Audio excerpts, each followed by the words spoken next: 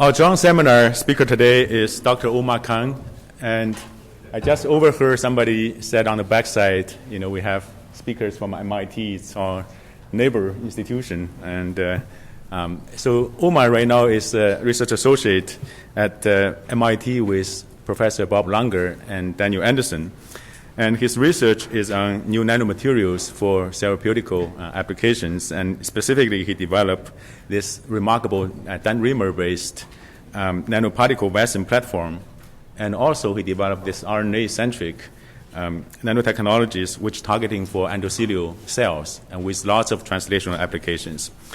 And Omar received all his 3 degrees from University of Toronto, our neighbor on the northern part. And during his graduate studies, he dedicated on tissue engineering biomaterials, and his advisor is Michael Sefton, an internationally well-known biomaterial scientist and tissue engineer.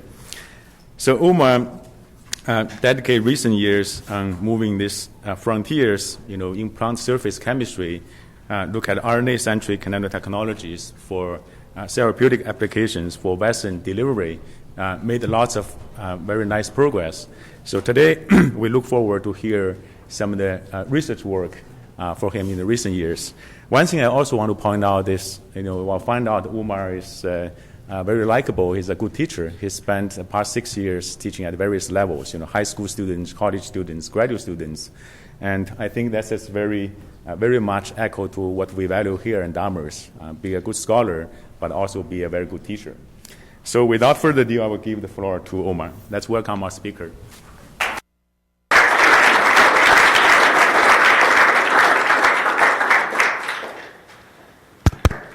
Well, it's great to see so many faces here. I'm excited to share some of the research that I've been doing at MIT and some of the research I actually started in graduate school at the University of Toronto. So my seminar today is titled Translational Medicine, Tissue, Vascular, and Immunological Engineering Through Design Criteria.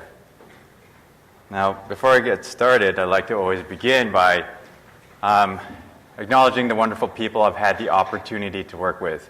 In particular, I'd like to highlight Dan Anderson and Bob Langer, and my 2 close friends, Jasdev Chahal and Christopher Cooper. Jasdev is at the Whitehead Institute across the street from MIT, and Chris Cooper. Coop is at US AMRID, does a lot of infectious disease research. So with that, these are the wonderful people I've had the opportunity to collaborate with. And for this seminar, I have a few learning objectives for you. And by the time I'm done this seminar, I hope you'll be able to achieve these few things. So first of all, you should be able to contrast the types of different gene therapies, interpret medical needs as design criteria, or at least begin to think about that as a process, and then recall the key components that are necessary for effective immunization. Now, whenever I start a talk like this, I always like to begin with a big picture. It's important to give context to anything we do, and as engineers and scientists, we should always have some kind of application or goal in the end.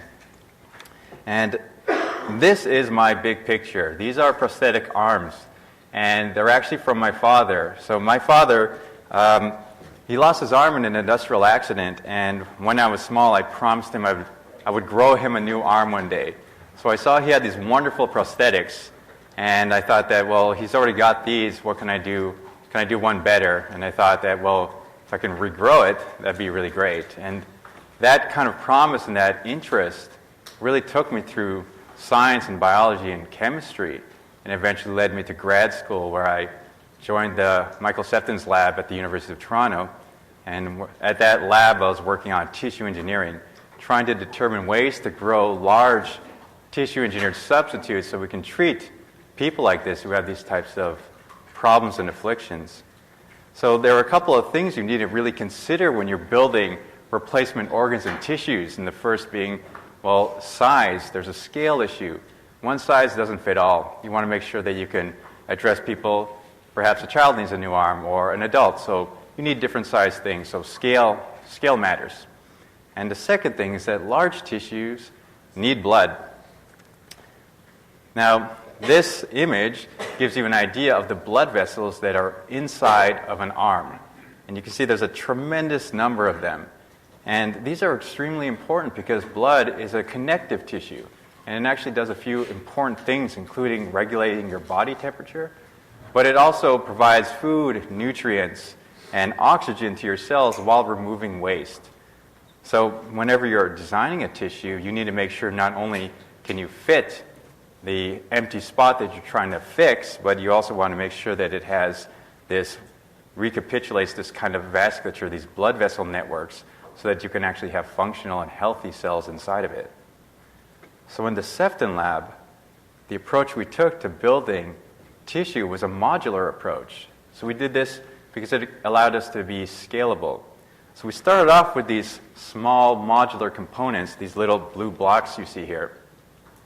And based on how many we assemble together, we can assemble a very large tissue or a small tissue, and just by the number of modules you would add. So this makes it a very, very scalable method.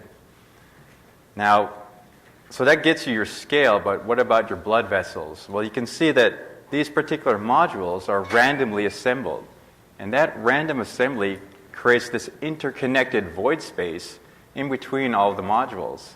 And remember, blood vessels are just continuous spaces for blood to flow.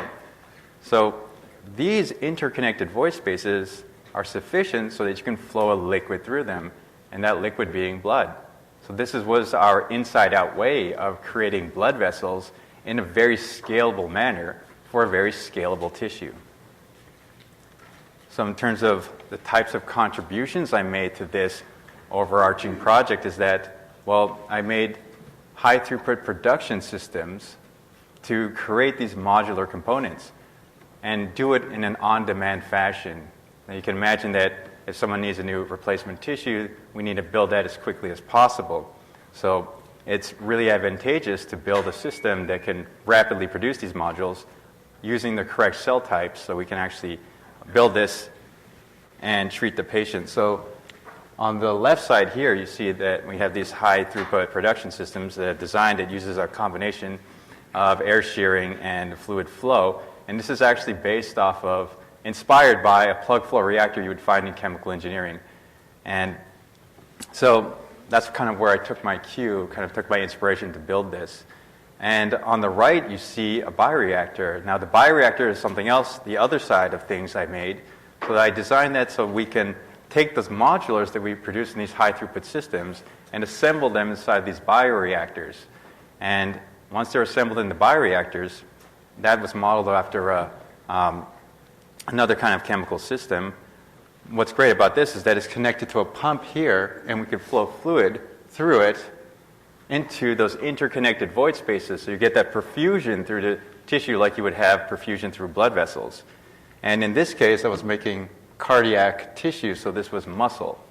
And then added in additional functionality. You can see here, these are electrodes. So this added an electric field in the system so you can actually pace these tissues and actually condition these muscle cells to actually make them grow and beat. And that's important. So it acted sort of like a pacemaker. Now, throughout this whole process, the major lesson that came about this was that, yes, now we have this really wonderful method to build tissues in a scalable way, but in the end, the final lesson was that we still need greater control over the health of these engineered blood vessels. So this is a cross-section of what a normal blood vessel would look like. So the inside lumen is lined with endothelial cells here, and the outside, this is smooth muscle cell. Now, the endothelium, those are the cells that line the inside of your blood vessels. They are critically important. You want to make sure that they are as healthy as possible.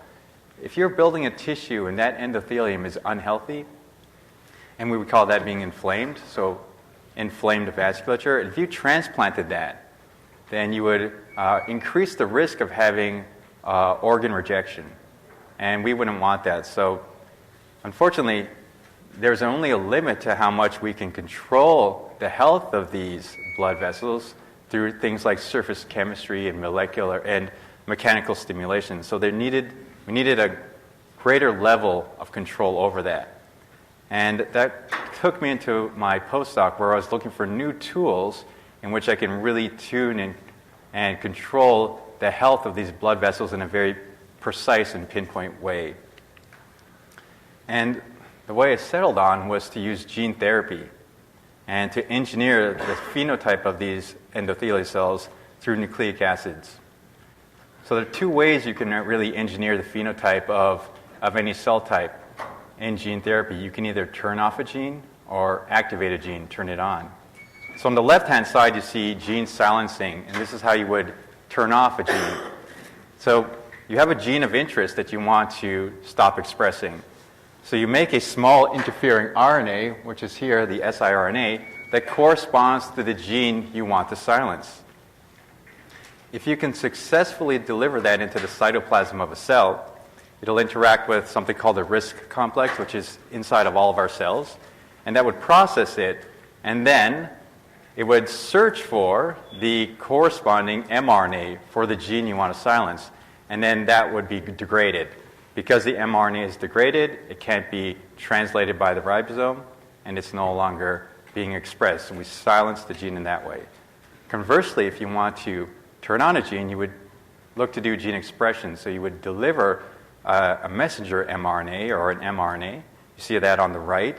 If you could get that into the cytoplasm of the cell, it'll associate with the ribosome, and then the ribosome will translate that to produce the protein, and that is gene expression.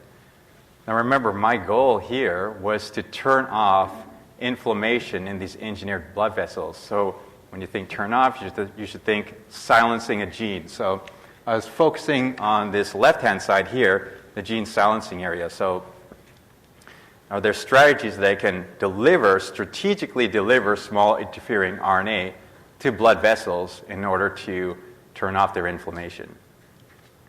So fortuitously, once I got to the Langer and Anderson labs, a former grad student in our lab named James Dahlman had done a screen of many different materials and found this one material that I'm showing you here. It was a polymer, and this polymer was actually good at delivering small interfering RNA.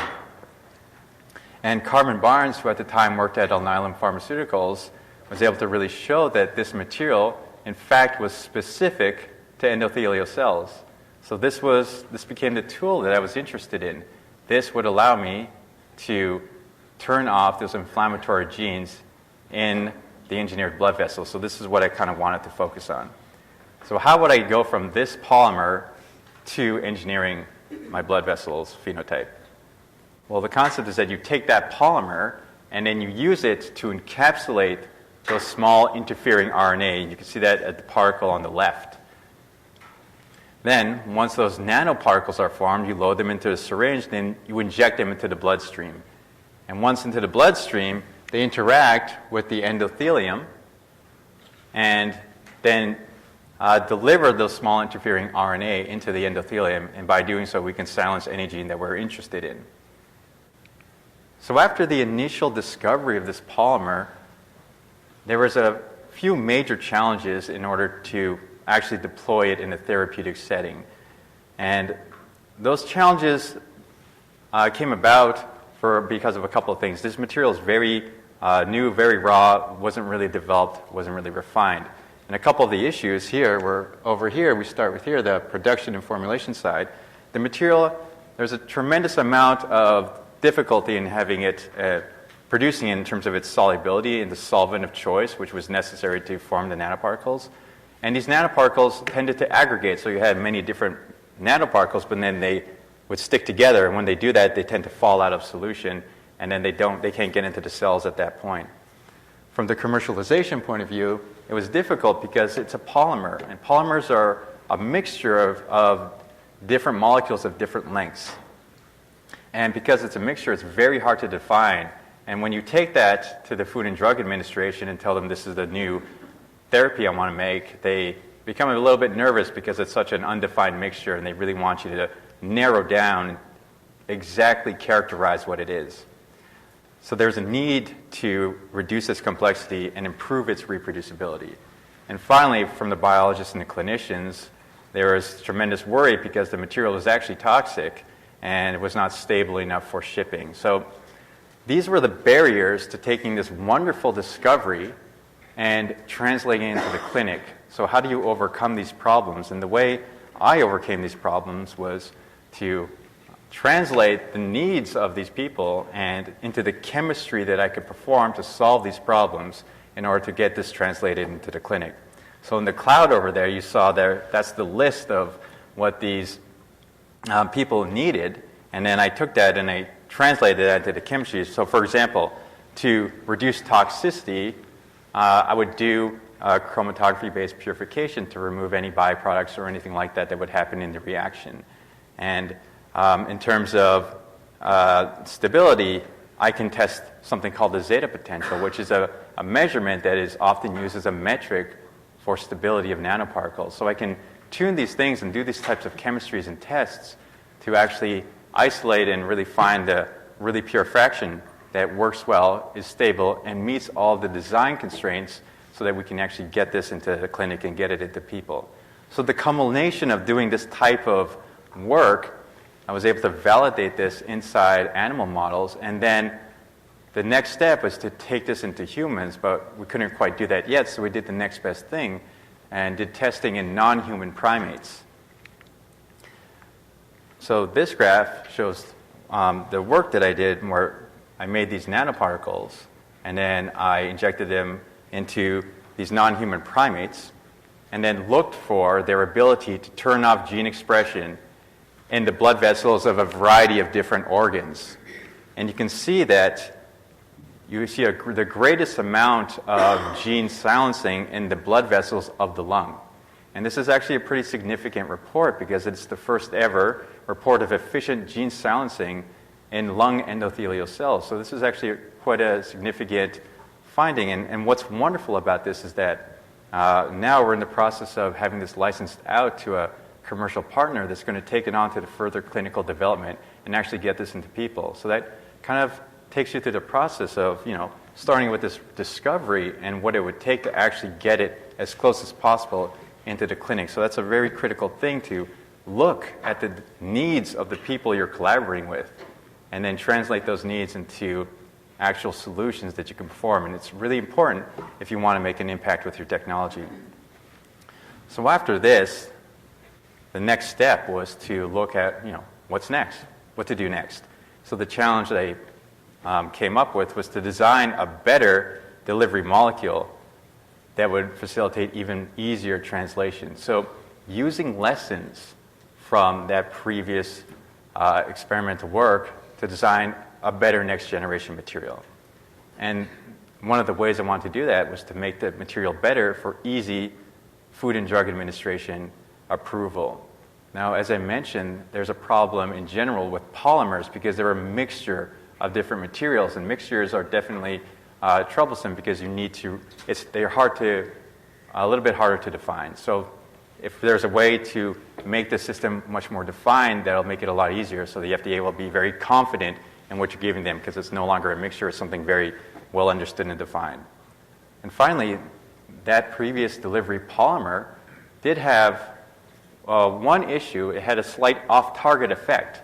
So this is a picture of lung tissue, and that's a lung blood vessel there. So we were delivering small interfering RNA into the blood vessels, but there were some off-target effects where it was also delivering to the surrounding tissue here.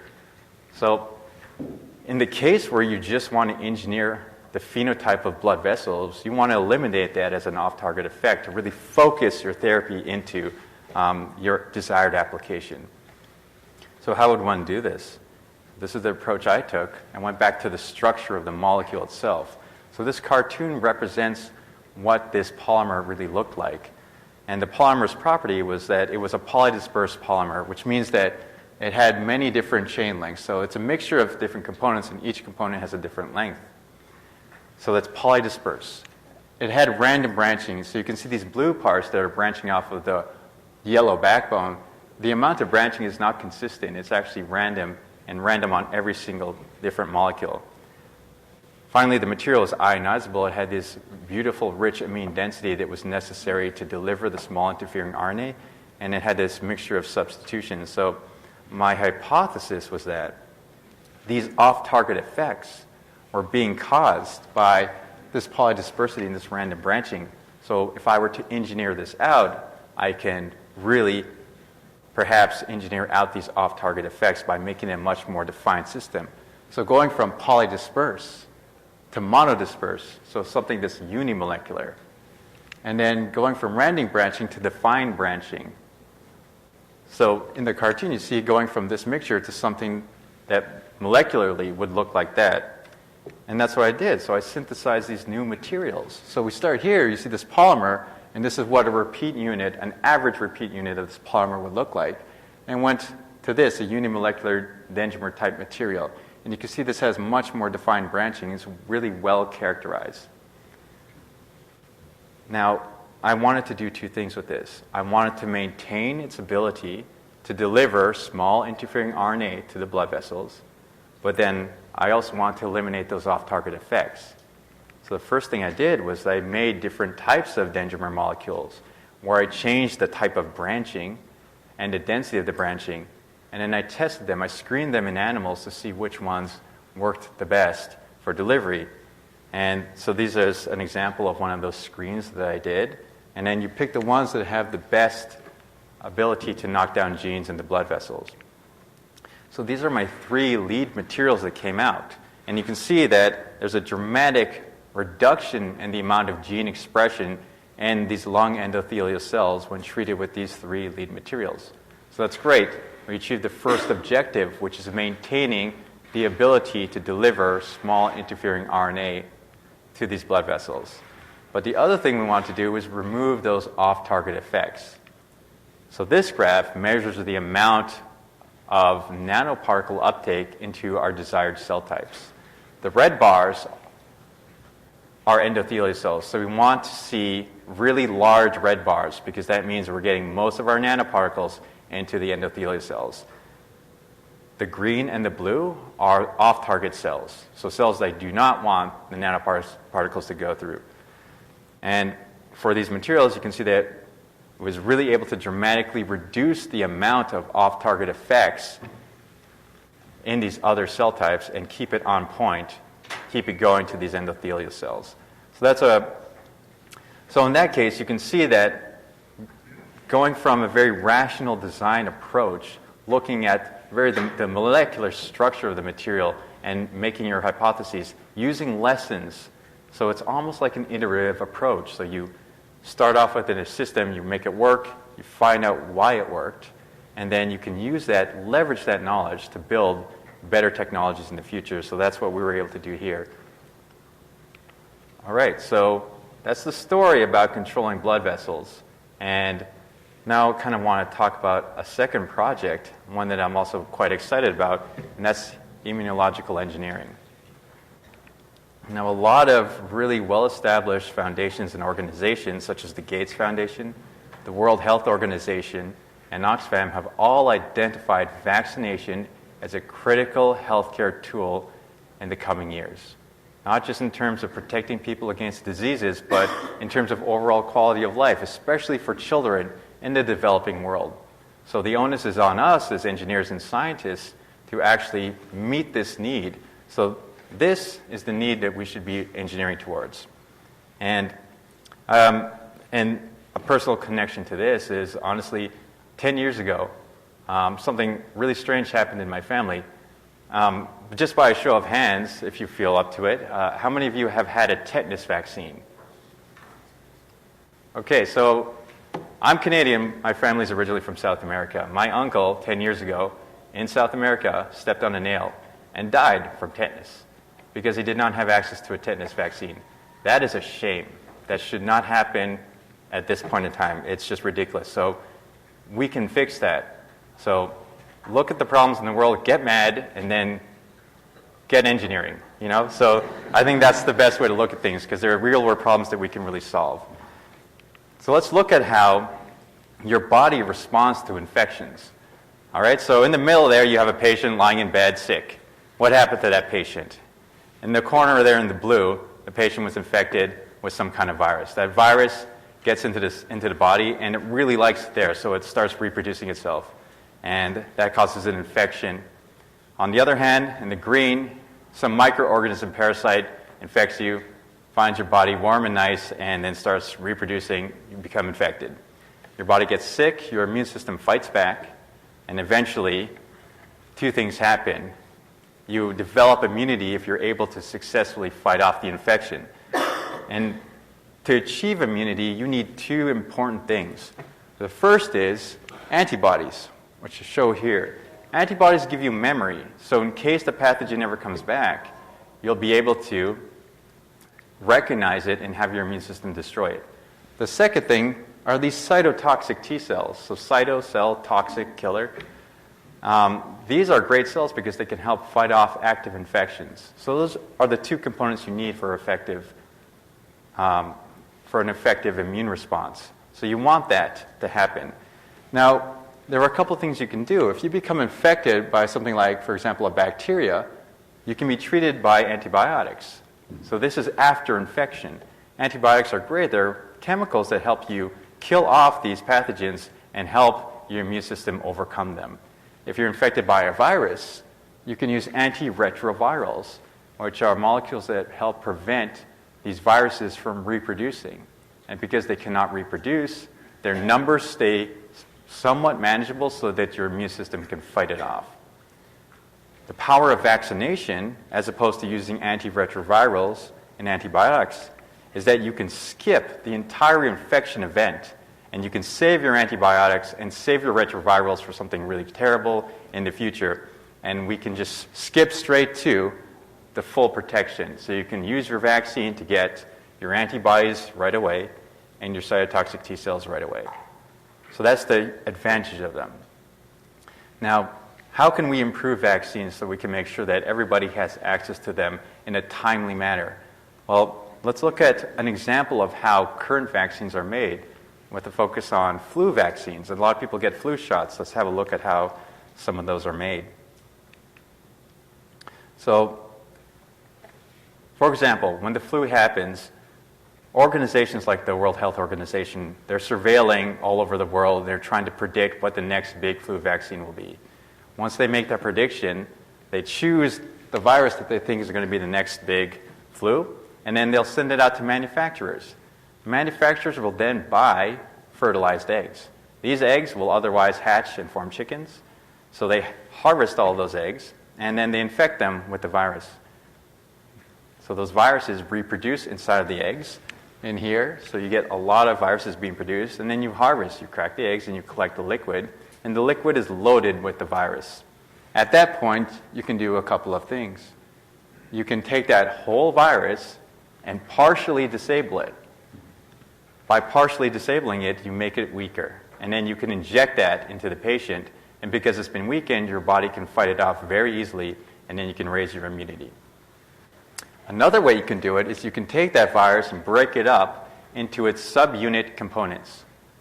And then you find a protein that's very unique to that pathogen, so it's like a fingerprint protein.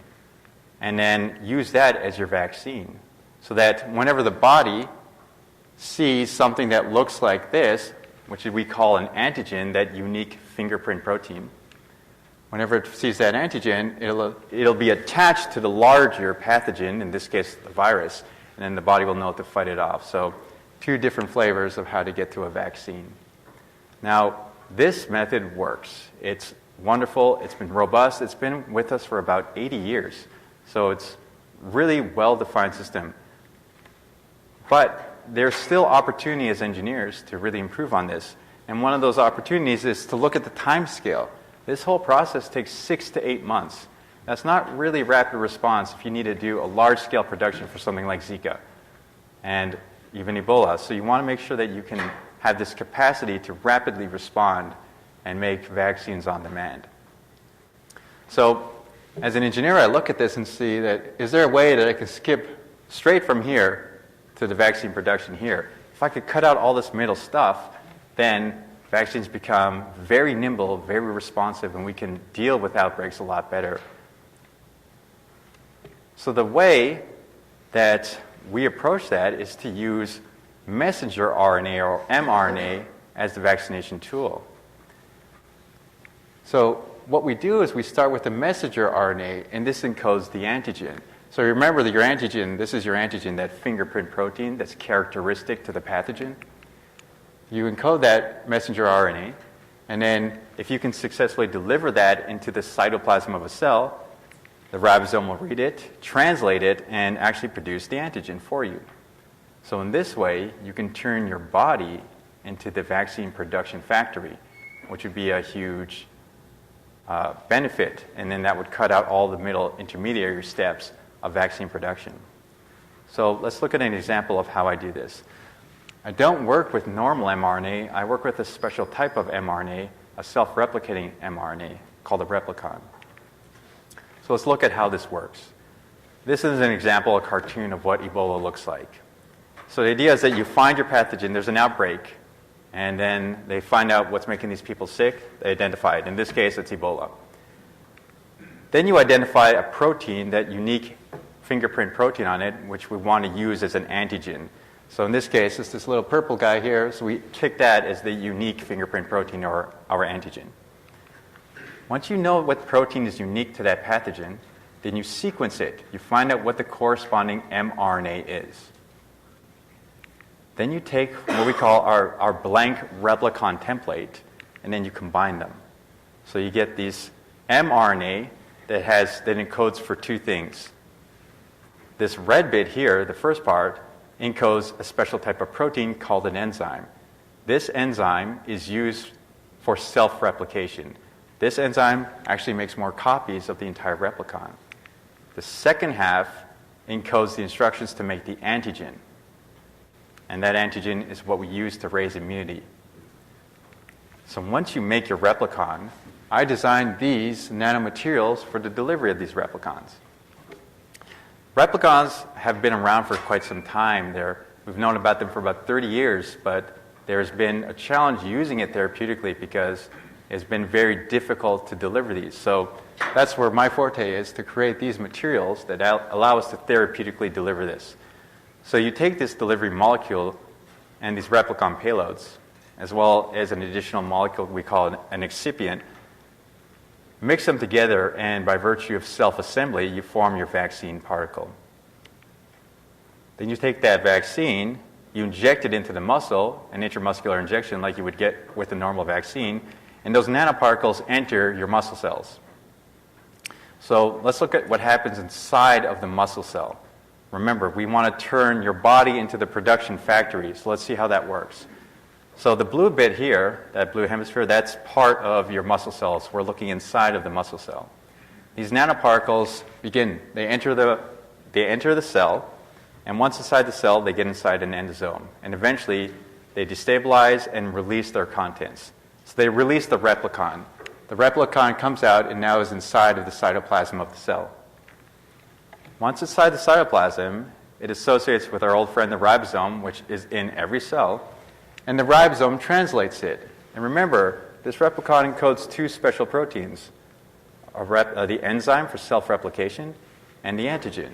So the ribosome produces both of those proteins. The red one here, that's the enzyme for self-replication. So what does that enzyme do? It goes around and makes more copies of the replicon. And then those replicons get translated by more ribosomes. And this is how we achieve self-replication. So with just one tiny dose, this self-replication self-amplifies, and then you turn your muscle cells into these extremely efficient vaccine production factories. And eventually, these antigens... Go ahead. I thought you were in a pause. These antigens are then released. Once they're released out of the muscle cells, they interact with the immune system. The immune system sees these antigens and then responds to them to give us those two critical components we need for protection. Our cytotoxic T cells that are great for killing off active infection, and our antibodies that give us memory in case we're infected in the future. So we can see that here. Again, you get infected by Ebola, antibodies come and attach to it, signals it to the rest of the immune system. You need to destroy this. And if you have an infected cell over here, your cytotoxic T cell comes in and kills those infected cells. Now, the key to this, and deploying this as an effective vaccine, is it's a delivery challenge. How do you produce the best vaccine that people want to use? Now, to do this, as an engineer, you should be having conversations with people asking clinicians, people out in the field, what do you need to make an effective vaccine? What do you want me to design into this? So the first thing I did was I spoke to clinicians and asked them what's easiest for them to do. And they told me intramuscular injections are very easy because you just stick it in the muscle, inject, and that's it. So that has the potential also for self-administration. So you can imagine airdropping this into sub-Saharan Africa in an EpiPen and then having someone inject themselves and then they're good to go. So you want it to be as simple as possible. We want to reduce healthcare worker burden.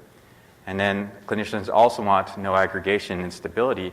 And this is a problem with a lot of vaccines. They have a short time frame in which you can use them. For the immunologists, they wanted the material to be non-immunogenic. So that means the delivery molecule that I use to make the nanoparticle to deliver the payload cannot be toxic. And that seems obvious, but not many people put thought into that ahead of time. It also should not have endotoxin. Endotoxin is a very interesting contamination. It's actually fragments of bacteria. And endotoxin is a common contaminant in many vaccines because if they're formed in eggs, eggshells have a lot of bacteria on them. And then even though you sterilize them, that doesn't remove the bacteria, it just kills them.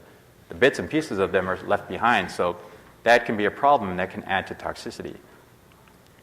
Biologists, what they wanted is to encapsulate this really fun and interesting RNA payload, this self-replicating replicon mRNA. Again, for 30 years, people have been trying to use this as a powerful healthcare tool, but there's that challenge in actually delivering it effectively, mostly because it's very delicate. It's very prone to degradation.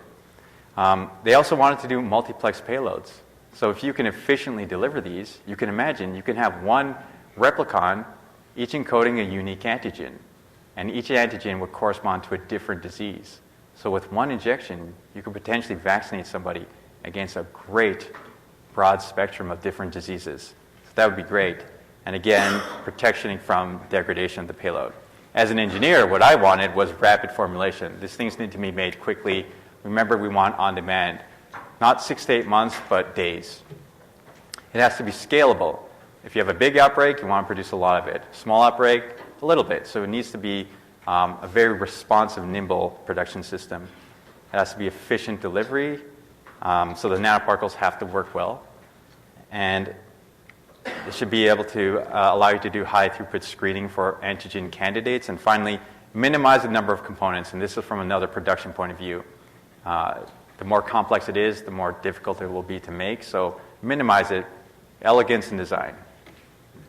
So once again, going back to that cloud, you get your list, you had your conversations, turn those needs into design criteria, into the chemistry that you can perform to actually make this work. So I won't go through this whole list, but I'll highlight a couple of examples in terms of stability. So on the left, these bars are proportional to activity of the vaccine. And you can see that over time, the activity remains fairly constant. So that's good. That shows that they're stable. And on this side, the right-hand side here, you see this graph. The y-axis is proportional to stability. Now you can see that for this particular nanoparticle design, it starts off stable, but then degrades as it falls apart. Over here, which became the lead candidate, my lead candidate molecule, you can see that it remains stable over time. So this means the nanoparticle doesn't prematurely fall apart and release its payload before it gets into the cell. So let's look at some actual examples of what we can do with this type of technology. One of the first things we went after is trying to make an Ebola vaccine. So I worked with my good friend, Jasdev Chahal, who worked across the street from me at MIT, and we have a friend, Christopher Cooper, immunologist who works at US AMRID, and he does a lot of the Ebola testing for a lot of the companies and those sorts of things. So we're looking at Ebola, and Ebola is a terrible problem. In 2014, that outbreak was the largest in history. And in terms of how we can vaccinate against Ebola, well, if you look at the structure of Ebola, the protein code on it, it has a fingerprint protein or an antigen, GP, glycoprotein, and we thought that would be a great candidate for vaccination. So what Jasdev and I did is that we produced these new replicons And you can see this replicon in here encoded glycoprotein as an antigen, formed a nanoparticle, and then mailed it to Chris Cooper in the Army, and then he vaccinated these animals and then exposed them to lethal levels of Ebola. So this graph here is a survival curve. So obviously you want 100% survival over time. In blue, those are control vaccines, and you can see that these animals die when they're exposed to Ebola. But when they're vaccinated, we get 100% protection. Again, that's with a single dose. So that's a filovirus. There's another class of virus, influenza. So we tried our hand at that. So the H1N1 influenza pandemic, some of you may remember that. That was a huge pandemic in 2009. And one of the reasons it became such a huge pandemic was that there were not enough fertilized eggs to make enough vaccines for everybody. And so that's a huge bottleneck in the process. So if there were enough fertilized eggs, we wouldn't have had a pandemic. So that was an interesting proof of concept for us to show that we could have done this with this technology. So on the outside coat of this virus, there's a protein called hemagglutinin, and we use that as our antigen. So again, Jastev and I, we created these replicons that encoded hemagglutinin. Then I made the nanoparticles, we injected them, and again in the survival curve, you can see that for these control animals, they all die, and then the ones that have been vaccinated, they all survive. So then we have two types of viruses. But what about microorganisms? We had to look at that. Microorganisms are a bit trickier. They're bigger, and they're more complex. And one of the examples we looked at was Toxoplasma gondii. So how many of you have heard of malaria? Okay, so Toxoplasma gondii is a relative of malaria. It's a protozoan, and it actually infects 1/3 of the world's population. So a few of you have it. And it's actually can cause a lot of diseases, including cerebral toxoplasmosis. And there's no approved human vaccine. And one of the challenges there are with trying to make a vaccine for Toxoplasma gondii is that it's a very smart microorganism. It comes in two forms. It has an active form. When it's inside you, it can reproduce and be pathogenic and terrible. And then when your immune system fights it, it can switch into its dormant form and hide. And when it's in its dormant form, the immune system has nothing to respond to, so it lets it slide. And then eventually, it goes active again, starts reproducing, immune system fights back. So it's a vicious cycle. So that's why many of you have it, but it's in the dormant form. So when you get old, if you become crazy, you may have been infected by cerebral toxoplasmosis. And so the challenge with this is that it's a microorganism, so unlike a virus, there are many different choices of fingerprint proteins or antigens that we can choose. So we didn't know which would be the best, but what we did know is that we had great delivery that we can multiplex. So for these, we made replicons, multiple replicons that would cover us for both the active form and the dormant form of the pathogen. And because these nanoparticles that I make have enormous payload capacity, threw them all into the single nanoparticle and vaccinated the animals. And then you can see here the survival curve. These control animals, they all die from the lethal challenge. But then the ones that have been vaccinated, they all live, and they are asymptomatic. So this is like a really promising and powerful tool, and it's good proof of concept, too, that we can deliver multiple types of antigens. So now we have two types of viruses, microorganisms. What else can we try? Let's try for cancer. So we wanted to make a single-dose cancer vaccine. So this is a bit different from a normal cancer therapies. Usually it's late detection, and then you go through several procedures to fight off cancer. So what if there's a way to prevent cancer from even growing and actually making a vaccine for it? So to look at this, we focused on lung cancer. So there's so many new cases of lung cancer per year, and many of those are non-small cell lung cancer. And one of the hallmarks of this type of cancer is the protein called HMGA2. HMGA2 is a protein that's usually expressed by the embryo, but as an adult, we no longer express it in significant amounts. So what's really odd and interesting about cancer is the uncontrolled dividing of cells. So, I mean, if you think about an embryo, it's always dividing and growing, the cells in those. So we thought that HMGA2 would be a great antigen target. So a few people have tried to make vaccines for non-small cell lung cancer using HMGA2 as a target, but haven't really been successful with it. So we tried it in our system. So we paired with this grad student in the Tyler Jack's lab, David Kanner, and then Jasdev and I made these replicons that encoded for HMGA2. I made the nanoparticles, we injected, and then we induced tumor formation in these animals. So this graph, this shows the number of tumors you see in these animals. In blue dots are no vaccine. In red, those are our vaccines. So here, all the way to the left-hand side, you have large-sized tumors, in the middle, medium-sized tumors, and the side, small tumors. So you can see that without vaccination, you get a lot of tumor formation in all three classes. But when you add vaccination, we can completely prevent large and medium-sized tumors from occurring. We still get some small-sized tumors, but this is incredible and significant progress because now it shows that the immune system is actually fighting off and preventing the formation of these cancers. So I like to kind of end off with these kind of algorithms. And this is kind of the algorithm I use for actually making something that we can translate into the clinic. And really that begins with having conversations. You need to be collaborative. You need to talk to people and see what they need to do. And then see how you can help achieve those problems. Because as engineers, we're supposed to be solving the world's problems. So you have those conversations, you get the list of things they need, and then you translate those into the unit operations you can produce, you can perform. So for example, the types of chemistry you can do. And then you perform those unit operations and then see if they work, and then you can iterate the process.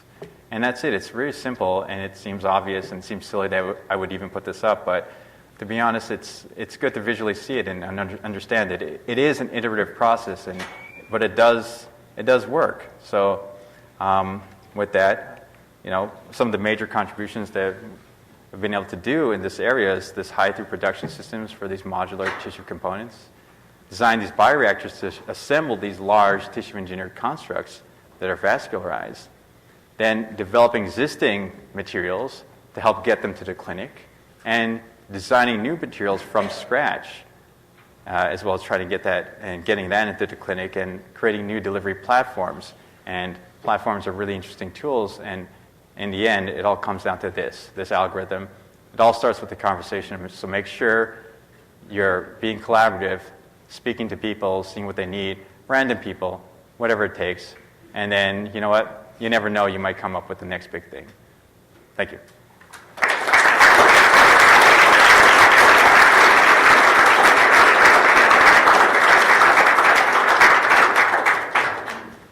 So I've got two questions. The first one is quick. How long after you vaccinated were the animals infected? So that ranges. We've done as little as 2 weeks, up to 32 days. And now we're doing our experiments with Ebola. We're pushing 60 days and 180 days. So that data is still incoming, but looks promising. So durability, I think, is your point. One of the issues you have with vaccines is that if you vaccinate someone when they're 12 and they get exposed when they're 25, well, your vaccines still work. And that's called durability. And that's important.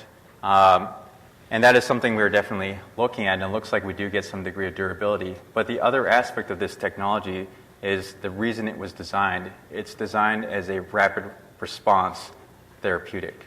So, for example, when the Zika outbreak happened, we got a call from the Army asking us to build these vaccines because their process was going to take about 3 months. So within 2 weeks, we had something to ship. So that's more of what it is. So in order to save populations, because if you look at how people deal with outbreaks, for example, for Ebola, there's an Ebola outbreak, they quarantine the town, and they literally wait for the infected people to die, and the people who won't die, they live, and then they lift the quarantine.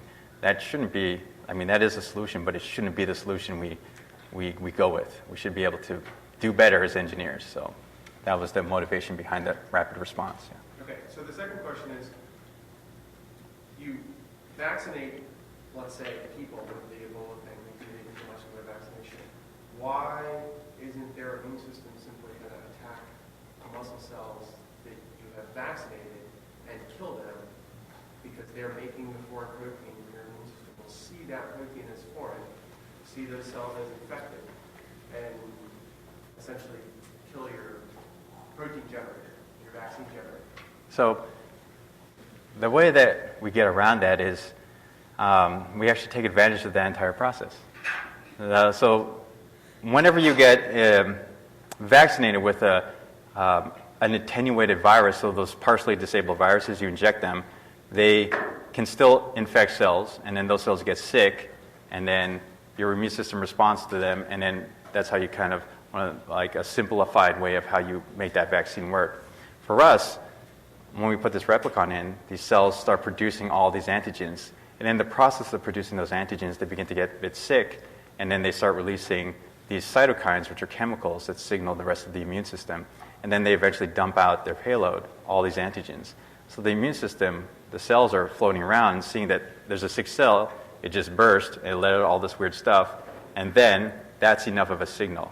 And because it's such an effective signal at producing those cytokines, you don't actually need a lot of antigen production to make this work efficiently. But that's not actually how an antiviral response works in your body. And it's cytotoxic T cells see that the cell is infected because the infected cell has put viral proteins on its surface. The cell hasn't lysed. And then your CD8 T cells recognize that viral peptide in class 1, bind to the cell, recognize that, and then kill the cell. Yeah. And the cell doesn't lyse then. The cell involutes and undergoes apoptosis, specifically not dumping its contents. These cells do dump their contents, they do lyse. Because the combination of the replicon, it actually gums up the work of the cell, and they do burst open. And that process of them getting sick. And this is also very antigen specific. So for example, when the cells are making glycoprotein, GP, it's actually really toxic to the cells, so they will die from the production of that.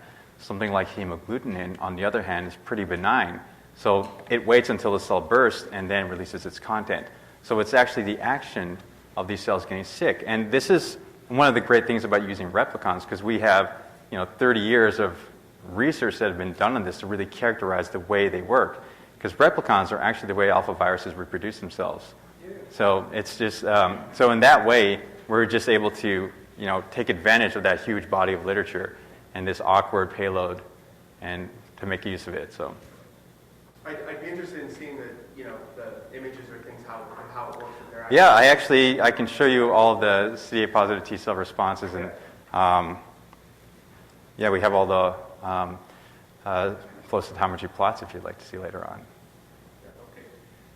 So first,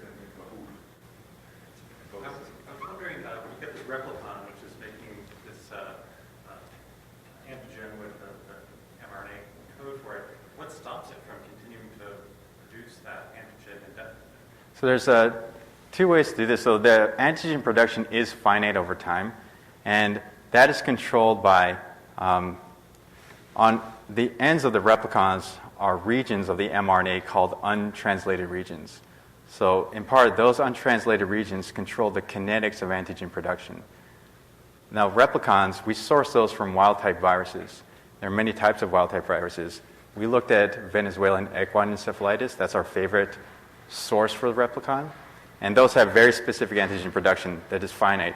Simulacrum virus has different production kinetics that last longer, but don't produce as much antigen overall. So by tuning your untranslated regions, you can tune the length, the duration of antigen production, as well as the amount, the total amount. Like I said, we kind of like piggyback on evolution because the alpha viruses have really evolved this, so we just take wild type, but there is opportunity to further engineer that. The other way it stops is that these can produce so much and they fill up the cells so much that they eventually get sick and lyse and open and release the contents. At that point, that replicon is no longer in a nanoparticle because it's already been released from the nanoparticle. If it's not in a nanoparticle, it can't get into the cells. So it has no way of being translated by any other cells unless it's in a nanoparticle. In fact, it'll be rapidly degraded by the body because the body will assume it's part of like some viral process and try to destroy it. So that's the other way. It doesn't go on forever at all. And that way, only a few cells need to be transfected for this to work really efficiently. Yeah? What is interesting about the replicon is that there are two positive feedback loops in it. One is that if you make more of the mRNA, well, there's more of it to reproduce. And the second is the ribosome is now making more self-replicating enzymes, so that compounds back in, which can cause an instability that blows it up and causes the cell to lyse. Right. So I'm wondering, just like you weaken vaccines and have attenuated forms of vaccines, whether you can fine-tune replicons and have attenuated replicons by tuning the RBSs, say, of the antigen site versus the self-replicating enzyme piece. And then maybe you don't need the cell to lyse. You start out by injecting a certain number of nanoparticles. These things come in, and like you said, an MHC1 or whatever expresses some of these antigens. Yeah. The immune cell says, oh, bad news. Then it goes in and takes action. And then, over time, the mRNA inside degrades. So it's kind of like a timed vaccine. Correct, The yeah. vaccine comes in, it times itself, it gets the immune system on alert, and then it cleans up. Yeah, that's a very interesting point. There's a couple of challenges when it comes to that. The first is every antigen is different. So some antigens that you choose, those fingerprint proteins, when a cell makes them, some of them are naturally able to be secreted efficiently by the cell. So these are secretory proteins. Others are meant to be intracellular proteins, so they don't ever get secreted by the cells. So if you choose antigens that are not normally secreted, then you have to re-engineer your protein and add in extra domains and then have them so they can have the ability to be secreted. So that's the first challenge. One of the things we like doing is just picking whole wild-type native proteins and then have them being produced and then let the immune system figure out what part of the protein it wants to use as the epitope for the target for immunization. But there, you're right. There is plenty of opportunity to actually play with that system and make it so that you can really make these replicons a lot more benign. In fact, Novartis Pharmaceuticals has applied for many different patents on replicon design, and there's a couple of wonderful groups at MIT and at Harvard that are working on just exactly that problem, tuning replicons so that they're more therapeutic. So instead of the brute force, tons of production bursting the cell, turn them into these really interesting almost circuits. And so those are interesting actions. But in terms of timeliness and how much time I have in my postdoc to do this work, I'm gonna pick the wild type for that. But you're right; those are excellent approaches, and those are approaches that many people have been exploring. But again, delivery matters. So. Oh yes. Forgive me if I missed this, but you mentioned that the polymer, the first part of your talk. Yeah. These are specific for endothelial cells? So I'll say they preferentially deliver to endothelial cells. They won't completely exclude any other cell type, but so they preferentially deliver siRNA to endothelial cells of the blood vessel when you inject them systemically. Well, the target you had picked, I think it was TIE. Oh, Tie2, yeah. Tie2, right? Yeah, so That is specific for endothelial cells. correct. Yeah, so that was the marker we used. So your blood vessels express a certain protein on it that's specific to only blood vessels. It's called Tie2. So when validating a material that should knock down genes in the endothelial cell only, you want to pick a target that's specific for Tie2. So we picked small interfering RNA that targets Tie2. So if your nanoparticle is able to deliver to the endothelial cells, it should be able to knock down Tie2, and Tie2 should only be found on your endothelial cells. So that's what we use for our screening and validation. So actually the question I'm trying to get to is then this could be used primarily as a systemic delivery system, right? Right. Or how do you overcome, if you need to get to a target, the potential of silencing genes throughout? So this particular, the polymer that you're referring to, its propensity is to deliver to the lung endothelial cells, rather than, so the greatest amount of delivery happens to the lung endothelial cells, and to a lesser degree, endothelial cells of the kidney and to the heart. So the primary targeting area is the lung endothelial cells. Now there is opportunity to retune that polymer so that it can preferentially deliver the majority of its payload to blood vessels in another organ. And you're right, and that could be done by tuning the chemistry of the polymer. The way this polymer actually targets these different cell types is that when it's in the serum, the blood, different proteins absorb to the surface of the nanoparticle, and that in turn helps traffic it into the different types of endothelial cells. So right now, the way this is tuned and the way it's made, it actually goes primarily to the lung endothelial cells specifically. How big is it? These nanoparticles, by intensity, are 80 nanometers in diameter.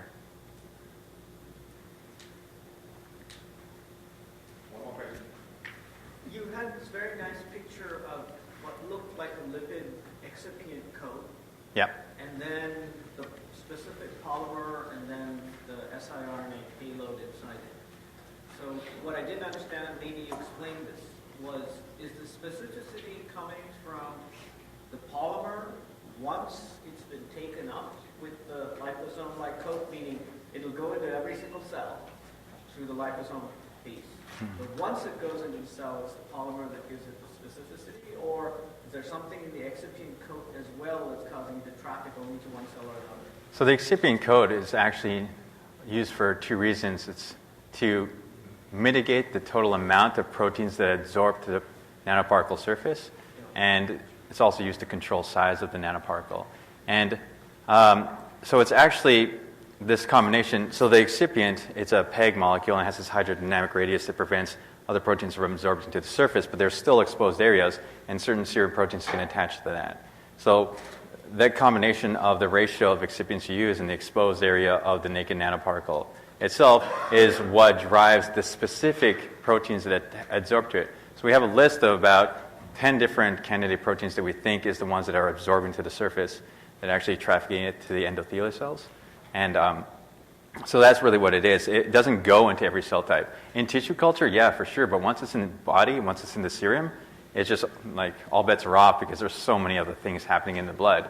So it's definitely it's the adsorbed protein that's helping with this. And the proteins that absorb to it are selected because of the chemistry of the nanoparticle and the amount of excipients and how much free space we have available due to that excluded volume. All right, I think there are lots of things to talk about, but our time is up. So let's thank our speaker again.